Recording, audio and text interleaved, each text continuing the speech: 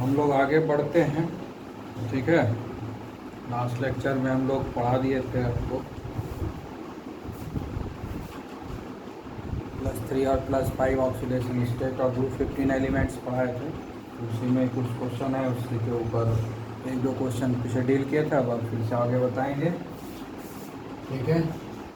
और ये क्वेश्चन है, elements of group 15 do not form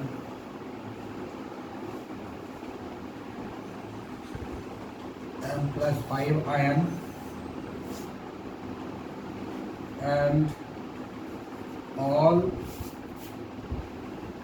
the compounds of group 15 elements have +5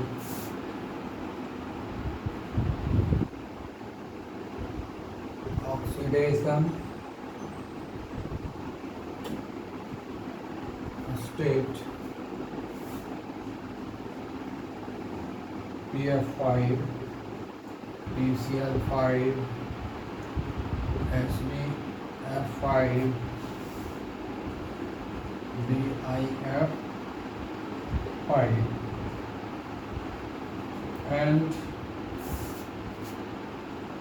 are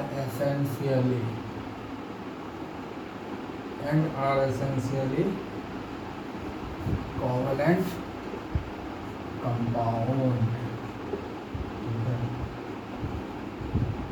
ये question है, हम लोग जब ऑक्सीडेशन स्टेट डिस्कस कर रहे थे लास्ट लेक्चर में, उसमें हम इस चीज़ को डिस्कस कर चुके हैं, इस क्वेश्चन का आंसर बता चुके हैं। और उसमें जो मेन चीज़ था कि एनर्जी बैरियर और एनर्जी कंसीडरेशन के चलते ये संभव नहीं है, तो सिर्फ इंडिकेशन दे रहे हैं। और जो पिछला वीडियो बनाए, पिछला लेक्चर जो दिए हैं, उसी में इसका आंसर है, उसको आप लोग रिवाइज करेंगे, ठीक है ना। तो आंसर इसका मेन हम शॉर्ट में बता रहे हैं, because of energy consideration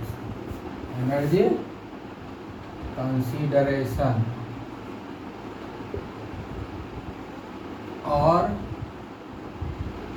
energy barrier, ठीक है, इसके चलते होता है, ठीक है। इसी दो के चलते हम लोग करते हैं इसे।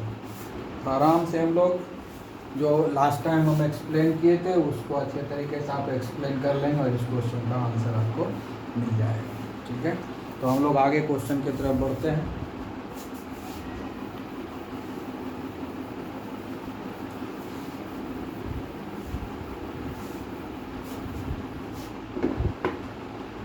तो नेक्स्ट क्वेश्चन है,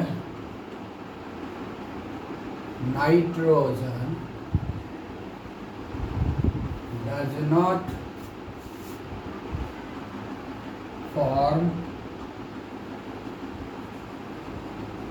compounds in +5 oxidation state, ठीक है, such as NF5,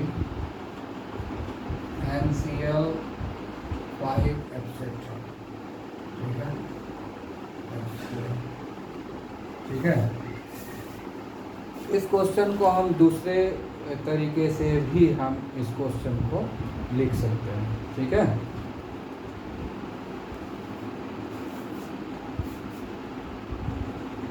इस क्वेश्चन को हम दूसरे तरीके से लिख सकते हैं, नाइट्रोजन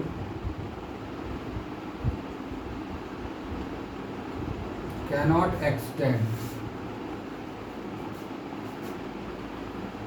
its oxidation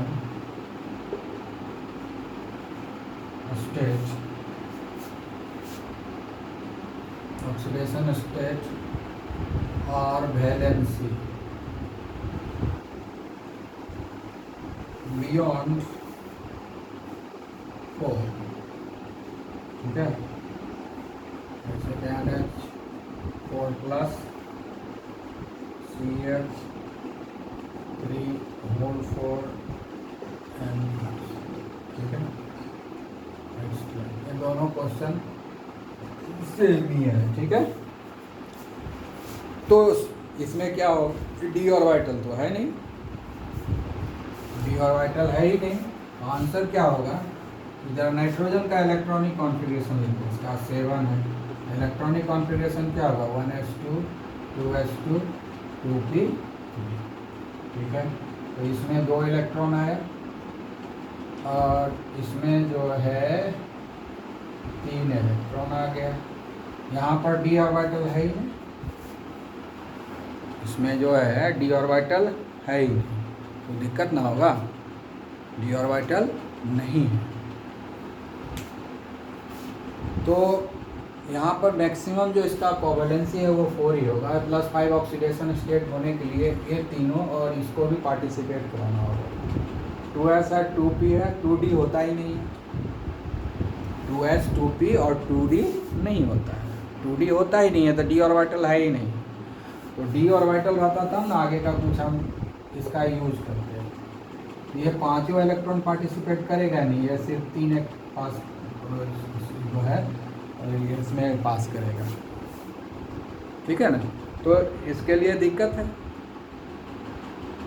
तो इसलिए इसका जो है मैक्सिमम ऑक्सीडेशन स्टेट तो +4 हो सकता है, ठीक है। नॉर्मली इसका ऑक्सीडेशन स्टेट +3 होता है या -3 होता है। नॉर्मली नाइट्रोजन का ऑक्सीडेशन स्टेट +3 या -3 होता है, ठीक है। तो इस क्योंकि ये 3 इलेक्ट्रॉन है जो हाफ फील्ड है, ये जो है पार्टिसिपेट करेगा बॉन्डिंग में, ये तो कम्प्लीटली फील्ड है, ये पार्टिसिपेट करेगा नहीं बॉन्डिंग में, ठीक है ना।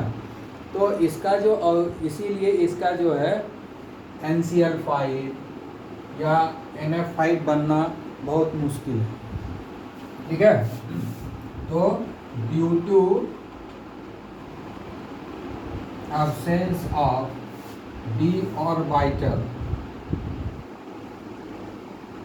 in its outermost orbit, it can't form NF5 और NCl5, ठीक है। It cannot form NF5 or NCl5, or it cannot show +5 association. That is,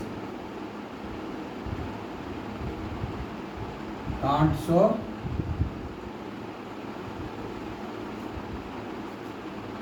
+5 oxidation state, ठीक है। अब जो है दूसरा है कि जब nitrogen cannot extend its oxidation state और बैलेंस इट बियॉन्ड 4, दूसरा डी ऑर्बिटल के चलते ही 4 से ज़्यादा, डी ऑर्बिटल एब्सेंट होने के चलते ही 4 से ज़्यादा नहीं हो सकता है। अब तो जो है अब लेकिन इसके आउटर मोस्ट ऑर्बिट में जो है 5 इलेक्ट्रॉन है, तो 4 तक ये कर सकता है, ठीक है ना। तो 4 तक कैसे करेगा वो भी देखना पड़ेगा हमको, ठीक है। तो इसके लिए क्या है कि 2s ऑर्बिटल में 2 इलेक्ट्रॉन है और 2p ऑर्बिटल में 3 इलेक्ट्रॉन है, ठीक है। तो उसके आधार पे ही हम लोग देखते हैं कि आउटर मोस्ट ऑर्बिट में जो ये 2 इलेक्ट्रॉन है उसके चलते मैक्सिमम कोवेलेंसी जो है इसका 4 ही हो सकता है, क्योंकि डी ऑर्बिटल है ही नहीं। तो अब मैक्सिमम कोवेलेंसी 4 कैसे होगा वो भी तो देखें। तो इसका तो आंसर हमको मिल गया, अब इसका भी आंसर इसी में है, लेकिन फिर थोड़ा सा इसमें मॉडिफिकेशन करना पड़ेगा ना। अब जैसे ये नाइट्रोजन है तो 3 हाइड्रोजन आएगा इसके साथ, 3 हाइड्रोजन आएगा इसके साथ। जैसे ये नाइट्रोजन है, इसके साथ जो है 3 हाइड्रोजन एटम आएगा और बना देगा NH3। तो इस पर एक लोन पेयर पड़ा रह जाएगा, ये s ऑर्बिटल वाला, ये s ऑर्बिटल वाला पड़ा रह जाएगा, ठीक है। तो ये जो s ऑर्बिटल है कोऑर्डिनेट कोवैलेंट बॉन्डिंग में पार्टिसिपेट करेगा, ठीक है। अब जो है, अब इसका रिएक्शन हम H+ से कराएंगे हाइड्रोजन आयन से। तो अब हाइड्रोजन आयन के पास तो एक भी इलेक्ट्रॉन नहीं है, लेकिन इसको बॉन्ड बनाने के लिए जो है 2 इलेक्ट्रॉन का ज़रूरत है। कोवैलेंट बॉन्ड बनाने के लिए 2 इलेक्ट्रॉन का ज़रूरत है, लेकिन हाइड्रोजन आयन के पास तो अब एक भी इलेक्ट्रॉन नहीं है। तो दोनों इलेक्ट्रॉन कौन देगा? उसके साथ जो शेयर कर रहा है वही देगा। तो यही नाइट्रोजन जो है कोऑर्डिनेट कोवैलेंट बॉन्ड बना लेता है इसके साथ, ठीक है। तो ये NH3 है और इधर से ये एक कोऑर्डिनेट कोवैलेंट बॉन्ड बना लिया, तो इस पर पॉजिटिव चार्ज आ गया। अब इसी को हम लोग लिखते हैं NH4+, अमोनियम आयन बना। अब देखो कि 3 बॉन्ड ऑलरेडी NH3 यहाँ बना हुआ है, 3 बॉन्ड तो बना हुआ है। नाइट्रोजन का जो स्ट्रक्चर होता है ये होता है, ठीक है। यहाँ लोन पेयर है,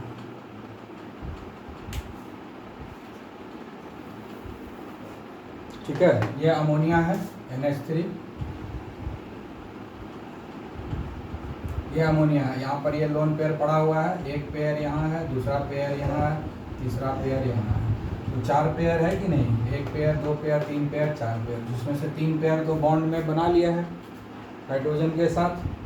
अब चौथा इस पर आएगा, हाइड्रोजन आयन आएगा, इसके पास कोई इलेक्ट्रॉन नहीं है, तो ये इसको दे देगा, इसके साथ ये दोनों इलेक्ट्रॉन यूज हो जाएगा, तब हमारा हो जाएगा अमोनियम, ठीक है। तब इसका जो है बन गया NH4+, और इस पर पॉजिटिव चार्ज आ जाएगा क्योंकि ये दोनों इलेक्ट्रॉन यूज हो जाएगा। तो इस तरह से जो है कोऑर्डिनेटेड कोवैलेंट बॉन्ड, चूँकि नाइट्रोजन के ऊपर जो एक लोन पेयर है और नाइट्रोजन जो है एक्सट्रीमली स्मॉल साइज है, तो इलेक्ट्रॉन पेयर रखना थोड़ा डिफ़िकल्ट हो जाता है। तो वो इलेक्ट्रॉन किसी के साथ जो है, वो जो पेयर ऑफ इलेक्ट्रॉन है नाइट्रोजन के ऊपर, वो किसी के साथ कोऑर्डिनेट कोवैलेंट बॉन्ड बना सकता है। तो कोऑर्डिनेट कोवैलेंट बॉन्ड बनाने के चलते इसका कोवैलेंसी 4 होगा मैक्सिमम, उससे ज़्यादा इसका कोवैलेंसी नहीं हो सकता है, ठीक है। ऑक्सीडेशन स्टेट और वैलेंसी जो है 4 होगा, यानी कोवैलेंसी इसका 4 हो सकता है। मैक्सिमम कोवैलेंसी कितना होगा? 4 होगा, उससे ज़्यादा नहीं हो सकता है, ठीक है। तो इसको और अच्छे से लेंगे, मैक्सिमम कोवैलेंसी नाइट्रोजन का क्या हो जाएगा? 4, ठीक है ना। मैक्सिमम कोवैलेंसी नाइट्रोजन का 4 होगा, उससे ज़्यादा नहीं हो सकता है, 5 नहीं हो सकता है। पहला एक रीज़न तो ये हो गया कि d ऑर्बिटल है ही नहीं, d ऑर्बिटल है ही नहीं तो 5 होने का चांसेस नहीं है। d ऑर्बिटल रहता तब तो हम प्रमोट कर लेते हैं, 5 ऑर्बिटल बना देते हैं, एब्सेंट है। अब उसके बाद देखते हैं कि नहीं कोऑर्डिनेट कोवैलेंट बॉन्ड पॉसिबल है, तो एक ही कोऑर्डिनेट कोवैलेंट बॉन्ड बनेगा ना, तो मैक्सिमम तो 4 ही बॉन्ड बनेगा। नाइट्रोजन मैक्सिमम 4 ही बॉन्ड बनाएगा ना, तो जब मैक्सिमम 4 ही बॉन्ड बनाएगा तो मतलब 4 कोवैलेंट बॉन्ड बना, तो कोवैलेंसी 4 हुआ मैक्सिमम। इससे ज़्यादा कोवैलेंसी जो है नाइट्रोजन का नहीं संभव है। Maximum covalency of nitrogen would be 4 only, more than that are not possible, ठीक है। तो ये भी आपको पूछा जा सकता है। So it is all, everything is clarified to you, ठीक है। अब आगे हम लोग बढ़ते हैं।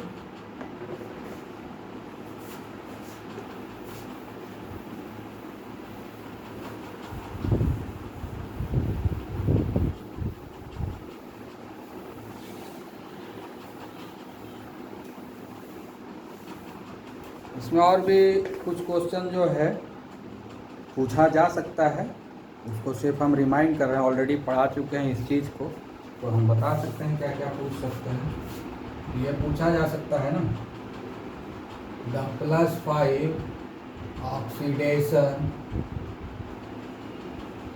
State of bismuth is less stable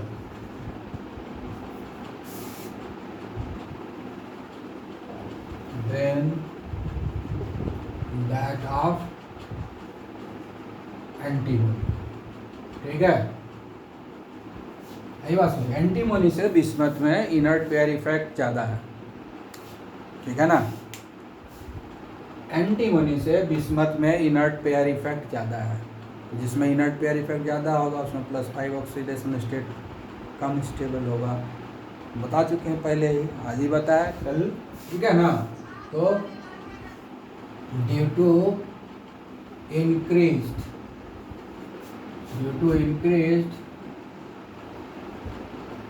inert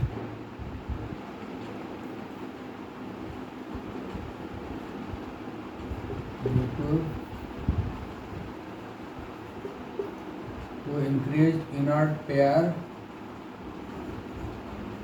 effect in bismuth, ठीक है। इनर्ट पेयर शॉर्ट में बता दिए, इनर्ट पेयर इफेक्ट और बिस्मथ में ज़्यादा है। इनर्ट पेयर इफेक्ट जिसमें ज़्यादा होता है उसमें +5 ऑक्सीडेशन स्टेट जो होता है वो वीक होता है, उसका स्टेबिलिटी कम होता है, ठीक है। क्लियर? तो यहाँ तक ये पढ़ लिए। अब और भी क्या रिएक्शंस होता है वो देख लेते हैं।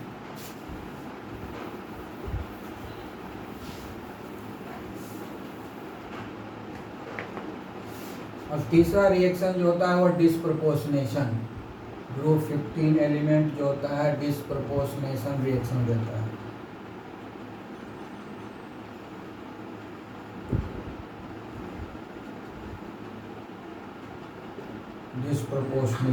डिस्प्रपोर्शनेशन रिएक्शन देता है कौन?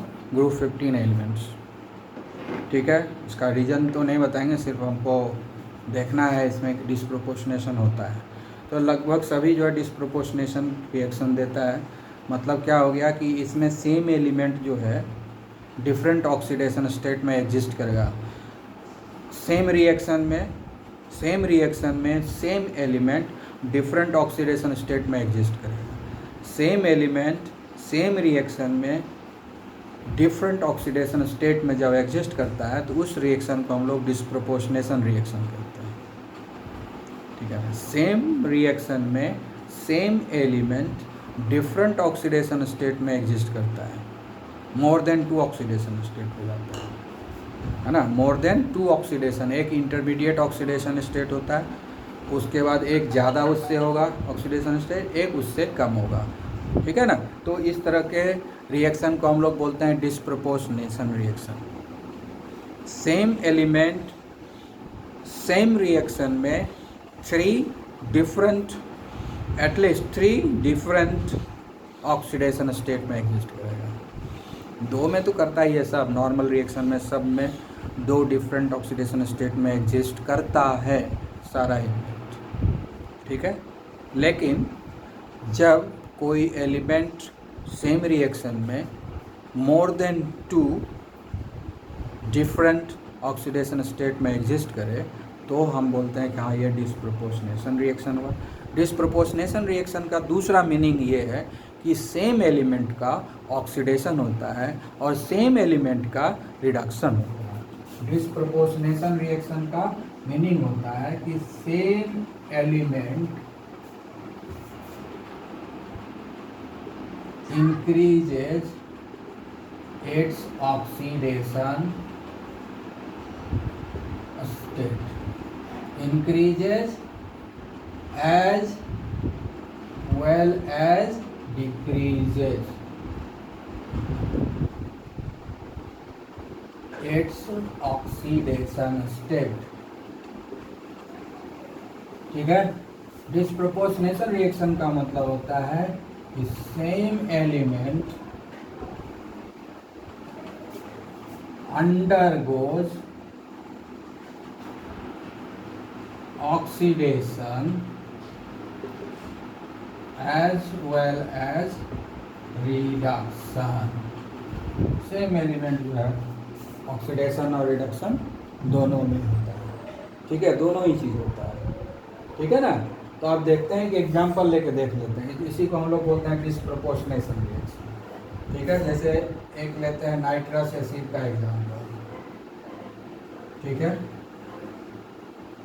ये नाइट्रिक एसिड में कन्वर्ट होता है, साथ में नाइट्रिक ऑक्साइड बनाता है और वाटर भी बनाता है, ठीक है। अब इसको ज़रा बैलेंस कर लेते हैं, ठीक है। बैलेंस हो गया अब यहाँ पर जो नाइट्रोजन का ऑक्सीडेशन स्टेट है जरा पता लगा लो कितना होता है। ये +3 ऑक्सीडेशन स्टेट है यहाँ पर, ठीक है। ये 1 इसका हो गया, 4 इसका हो गया, ठीक है। +1 +3 +4 और नहीं -4 होगा।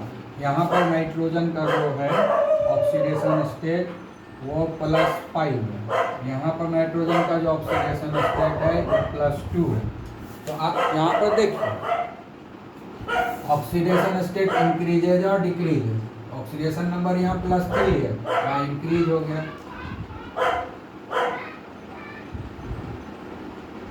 इंक्रीज हुआ और फिर देखो डिक्रीज हुआ। तो ऑक्सीडेशन स्टेट इंक्रीज भी हुआ और डिक्रीज भी हुआ, ठीक है। +3 से +5 हुआ, यानी इलेक्ट्रॉन का लॉस हुआ। तो यहाँ से यहाँ क्या हुआ, ऑक्सीडेशन हुआ। यहाँ से यहाँ क्या हुआ, +3 से +2 यानी एक इलेक्ट्रॉन का गेन हुआ, ये रिडक्शन हुआ। तो सेम एलिमेंट का ऑक्सीडेशन हो रहा है और सेम एलिमेंट का रिडक्शन भी हो रहा है। सेम एलिमेंट का ही ऑक्सीडेशन नंबर इंक्रीज कर रहा है, सेम एलिमेंट का ही ऑक्सीडेशन नंबर डिक्रीज कर रहा है, ठीक है। तो इसको हम लोग बोलते हैं डिस्प्रपोर्शनेशन रिएक्शन, ठीक है। तो एक एग्जांपल दिए ये नाइट्रोजन के केस में, अब हम जो है फास्फोरस के केस में भी देते हैं एग्जांपल, ठीक है। तो फास्फोरस के केस में हम लोग देते हैं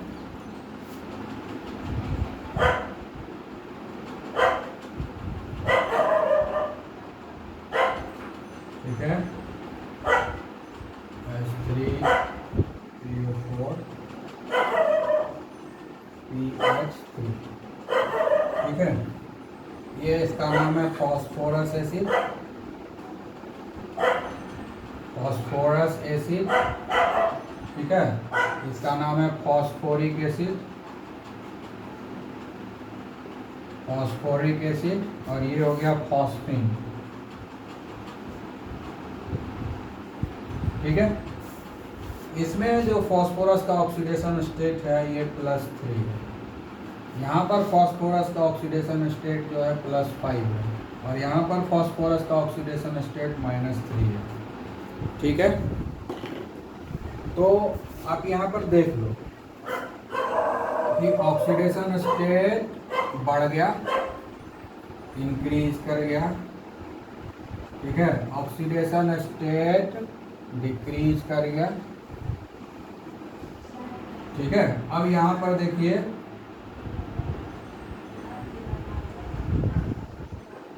ये क्या हुआ, +3 से +5 हुआ, ये क्या हुआ, ऑक्सीडेशन स्टेट बढ़ रहा है, ठीक है ना। तो इसका मतलब ऑक्सीडेशन हुआ।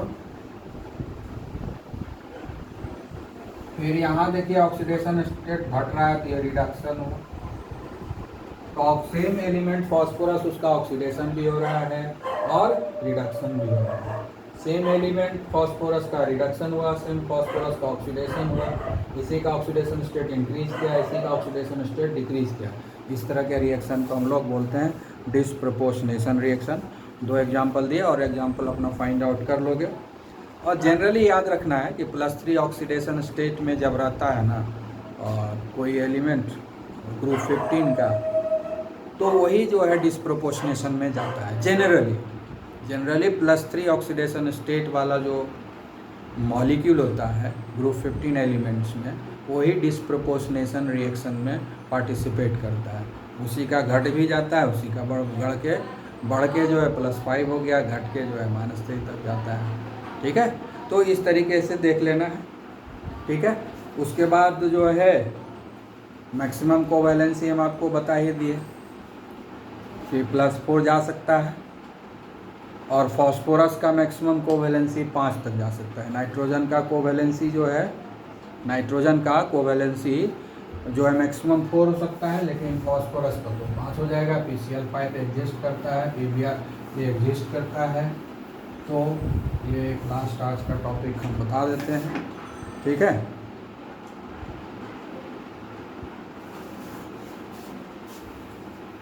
यहाँ पर जो है मैक्सिमम कोवैलेंसी अगर हम पढ़ने जाएंगे, ठीक है ना, चौथा पॉइंट हम पढ़ेंगे मैक्सिमम कोवैलेंसी। मैक्सिमम कोवैलेंसी अगर इसको हम पढ़ते हैं तो मैक्सिमम कोवैलेंसी नाइट्रोजन का जो होता है, the maximum covalency of nitrogen is restricted to 4। ठीक है, इसको हम पहले ही एक्सप्लेन कर चुके हैं। ठीक है, इसका आंसर क्या है? वैकेंट डी ऑर्बिटल नहीं है इसके पास, ठीक है ना, वैकेंट डी ऑर्बिटल नहीं है और कोऑर्डिनेट कोवैलेंट बॉन्ड बनाता है नाइट्रोजन एटम, यानी एस ऑर्बिटल जो कोऑर्डिनेट कोवैलेंट बॉन्ड में पार्टिसिपेट करता है, तब जाकर के इसका रीजन क्या हो गया? Absence of D orbital. ठीक है, और second S orbital participate in coordinate covalent bond formation. ठीक है, तो मैक्सिमम कोवैलेंसी हो गया इसका आंसर। अब मैक्सिमम कोवैलेंसी जो होता है फॉस्फोरस का ज़्यादा होता है। Phosphorus and all other elements of group 15 element shows the covalency of 5 और 6। ठीक है, तो पहला होगा अवेलेबिलिटी ऑफ डी ऑर्बिटल। पहला क्या होगा? Availability of D orbital. Availability of vacant d orbital. ठीक है, उसमें डी ऑर्बिटल है तो एस ऑर्बिटल के इलेक्ट्रॉन को हम उसमें प्रमोट कर सकते हैं। ठीक है, अब जैसे फॉस्फोरस है, फॉस्फोरस का क्या होता है? फॉस्फोरस का 15 होता है।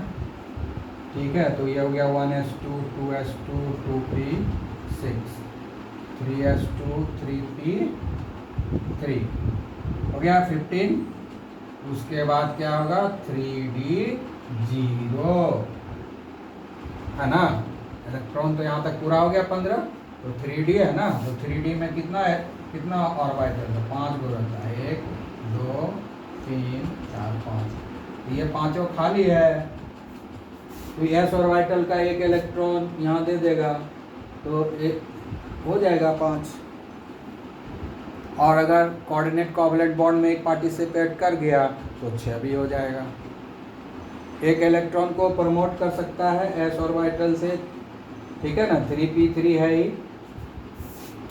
ये वाला में 3 को इलेक्ट्रॉन है और ये एस ऑर्बिटल 3s, इसमें 2 इलेक्ट्रॉन है, इसमें 3 इलेक्ट्रॉन है।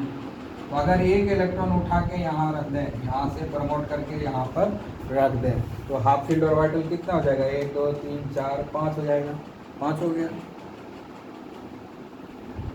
ठीक है ना, और उसके बाद जब हम कोऑर्डिनेट कोवैलेंट बॉन्डिंग करवा देंगे तो फिर जो है 6 भी हो जाएगा। तो इसीलिए due to the availability of vacant d orbital, all other elements of group 15 except nitrogen shows the covalency beyond 4, that is 5 and 6। ठीक है, it shows the covalency beyond 4, nitrogen only shows the covalency up to 4, but other elements of group 15 elements can show the covalency beyond 4 due to the availability of vacant d orbital in their outermost orbit. ठीक है, okay, have a nice day.